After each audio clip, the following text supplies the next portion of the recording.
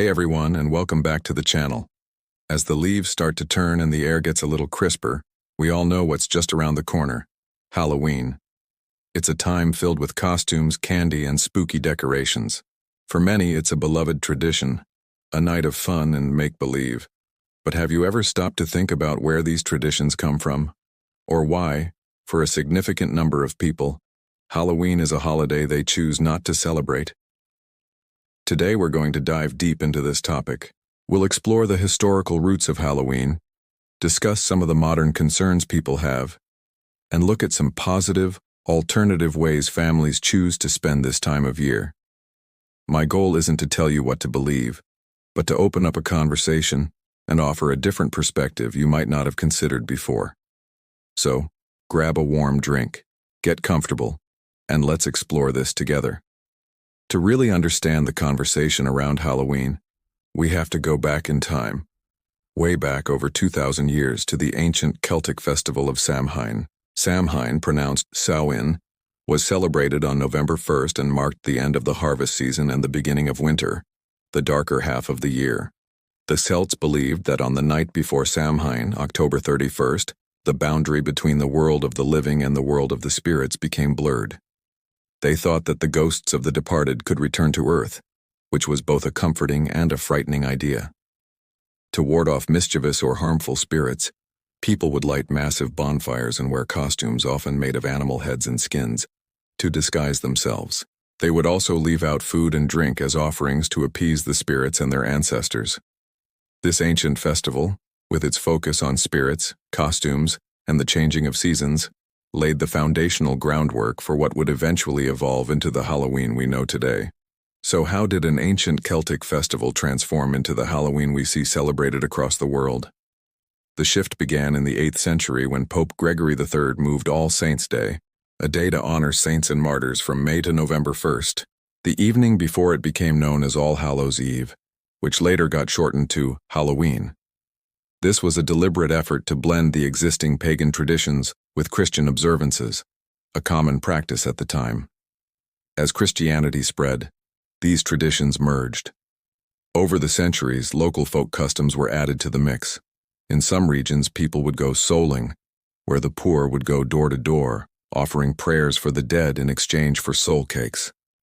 This is considered a precursor to modern trick-or-treating. When Irish and Scottish immigrants came to America in the 19th century, they brought these rich traditions with them.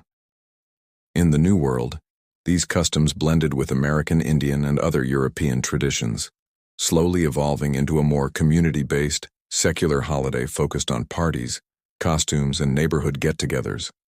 The commercialization in the 20th century then amplified it into the multi-billion-dollar industry we see now. So with that history in mind, let's talk about some of the main reasons why many people, particularly from various faith backgrounds, choose to step back from Halloween celebrations. For many Christians, the primary concern lies with the holiday's origins. As we discussed, its roots are in the pagan festival of Samhain, which involved beliefs and practices centered around communicating with spirits and warding off supernatural entities.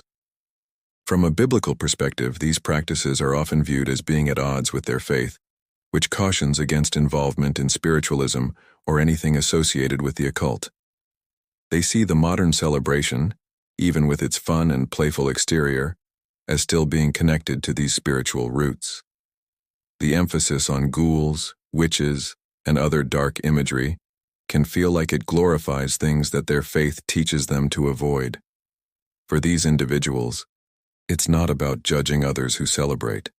It's a personal conviction to honor their beliefs and not participate in something they feel is spiritually compromising, even if it seems harmless on the surface. Beyond the historical and spiritual concerns, many parents have practical worries about modern Halloween. Let's be honest, the holiday has gotten progressively darker and more intense over the years. What used to be simple ghost and pumpkin decorations has, in some neighborhoods, turned into hyper-realistic and graphic displays of horror. For young children, the line between pretend and reality can be very blurry.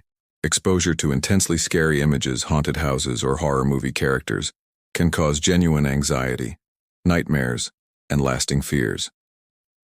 Many parents feel a responsibility to protect their children's emotional well-being and create a sense of safety and innocence. They question whether normalizing gore and fear for a night of fun is truly beneficial for a child's development. It's a valid point. Is the thrill worth the potential for genuine distress?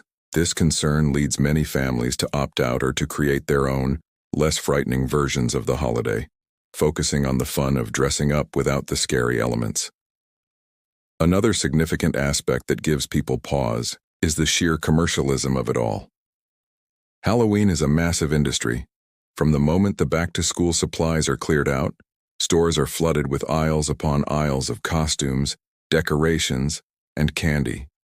There's a lot of pressure to buy the perfect costume, to have the most elaborately decorated house, and to stock up on mountains of sweets. For many, this consumer-driven frenzy feels hollow and detracts from more meaningful family and community engagement. It can create a sense of obligation and financial strain. People start to question what the holiday is truly about. Is it about connecting with neighbors, or is it about consumption? This perspective isn't anti-fun. Rather, it's a critique of how commercial interest can take over a tradition, shifting its focus from genuine connection to profit.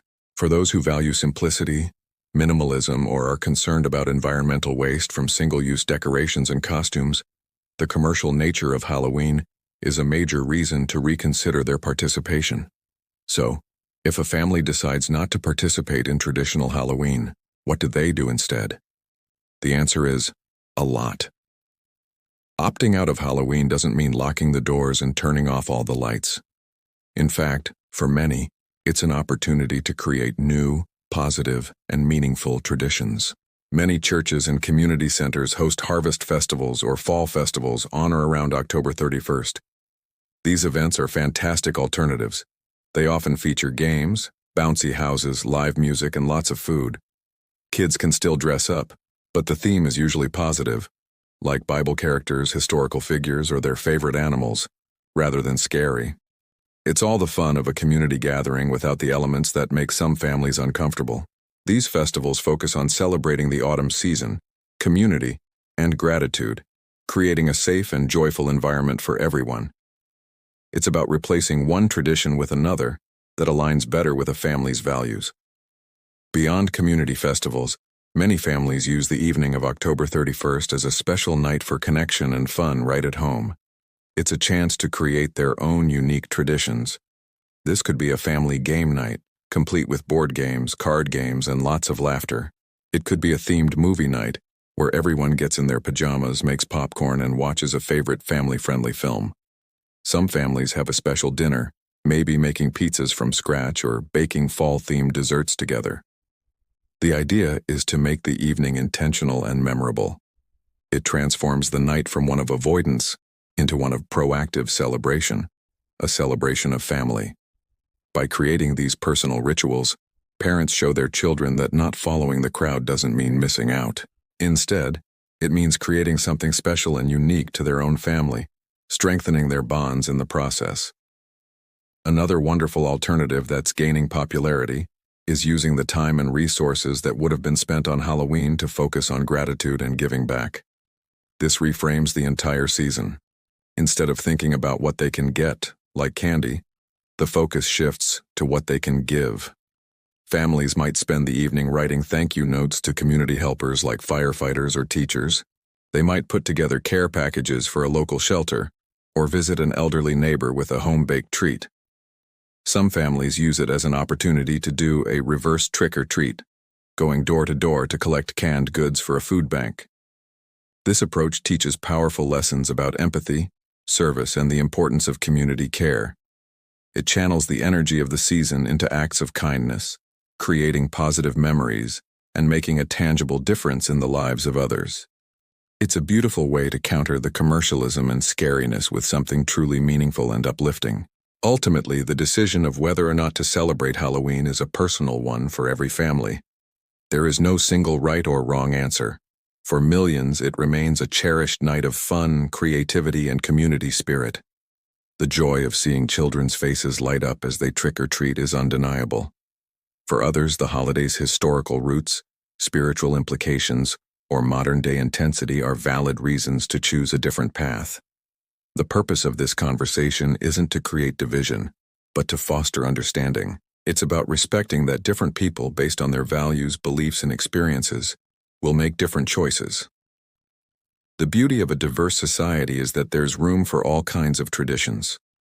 Whether you're decorating a spooky porch, attending a harvest festival, or having a quiet family night in, what matters most is creating joyful, positive, and loving memories with the people you care about.